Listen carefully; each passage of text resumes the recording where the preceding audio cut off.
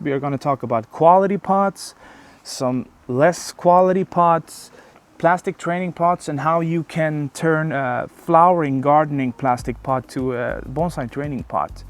We're going to check some of my pots out. I got a lot of them in the back here, and I'm just going to show you without no specific order some of the pots that I use for bonsai and some of the pots that I've acquired over the years. Let's start with this one. It's one of my personal favorites. This is a handmade pot, very low, shallow pot with nice structure. This is unglazed stoneware. Nice organic feel here to the sides. It reminds me of stone, patterns that stone will get. So it's really cool. It's in a blue, gray, brown tone. This is a stamped quality pot that's been fired up in a high temperature, and it has a stamp here. 3 anchoring holes that work as anchoring / drainage holes. This is very common in pots. This is quality stuff. This pot costs about 400 to 500 Swedish crowns. That's something like 40 to 50 euro, closer to $60. If you ever find unstamped and unmarked bonsai pots and you're unsure about the quality, there is something I'm going to show you that you can use to verify if it's good stuff or not. Just hold the pot like this, grab it in the holes, and just knock on it. If you hear a long ringing tone, then you can be pretty sure that it's good quality. A worse quality bonsai pot will not ring for this long when you hit it like this.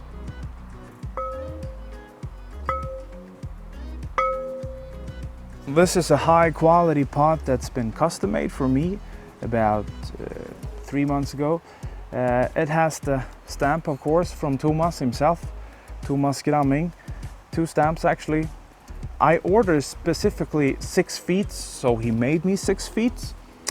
Because I thought it looked more nice. It resembles the traditional Japanese style, a bunjin pot. No features at all here on the sides, just a clean oxided brownish black color. Very clean surface, very elegant. This is made from good quality clay, fired up in a very high temperature. Let's listen to the sound.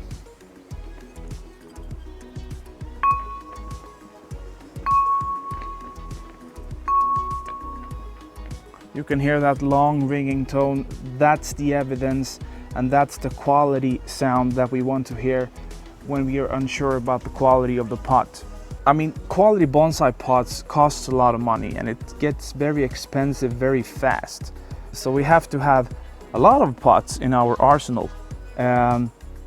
Let's take a look at some cheaper pots. This is 3 pots, all done in stoneware, all Chinese, I think.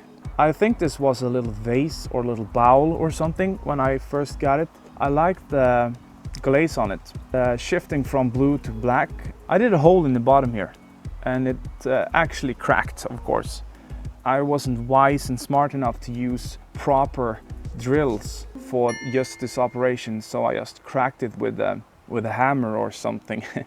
So it's glued here and here. When your glazed pots are dirty, you can just use a microcloth fiber and just rub that off. And if you want to make them shiny again, you can actually use olive oil. That makes the pots shiny if you want to have them in an exhibition or if you want to show them off for someone. None of these pots I would be 100% sure to put a tree under a winter season in, because these are not fired with the same quality clay and with the same high temperature that these pots are. So have that in mind. Be very careful and thoughtful what you're actually planting your bonsai material or your bonsai in.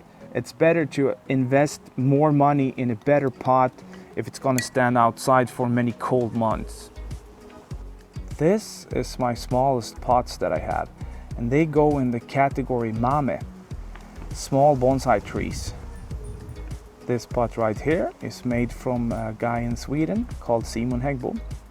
Now this pot right here will be very nice and beautiful for accent flower or an accent plant, something complementary to the bonsai tree itself.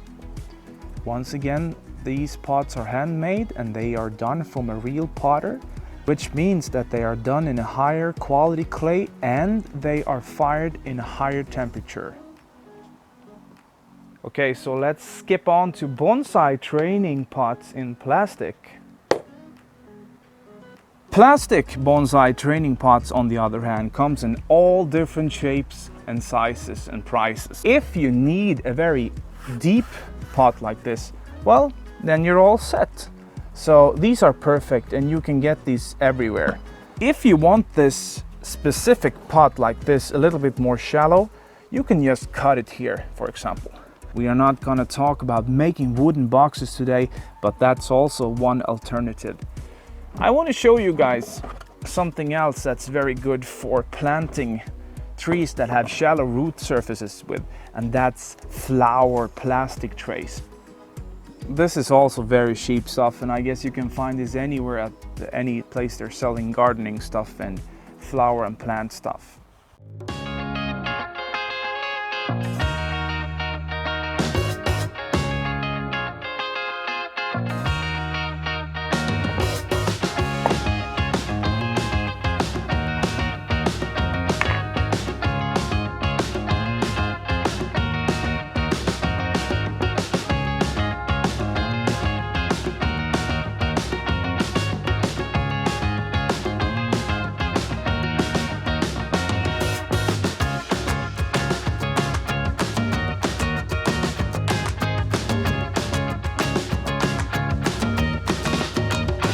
Let's see what we have here.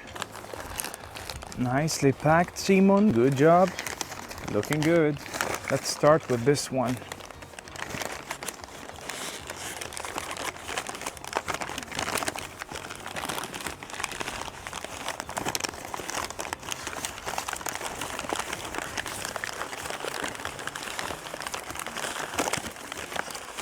Oh, it's beautiful.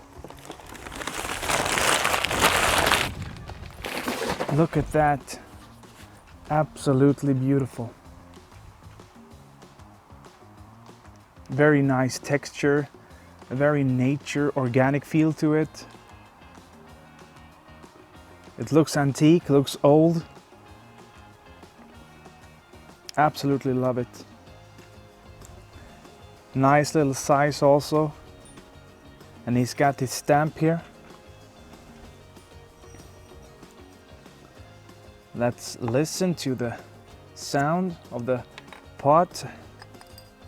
I will put it on here. This is a smaller pot, so the sound won't ring as much, but it's still ringing.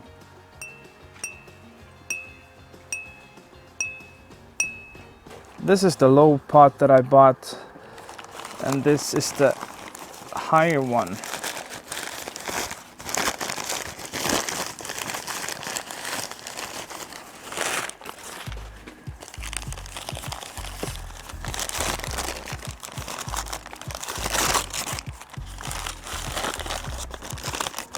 Look at that. That's just beautiful. Such character. It looks very natural. It looks like bark or something. I don't know how they do this, but it's absolutely beautiful. Let's listen to the sound.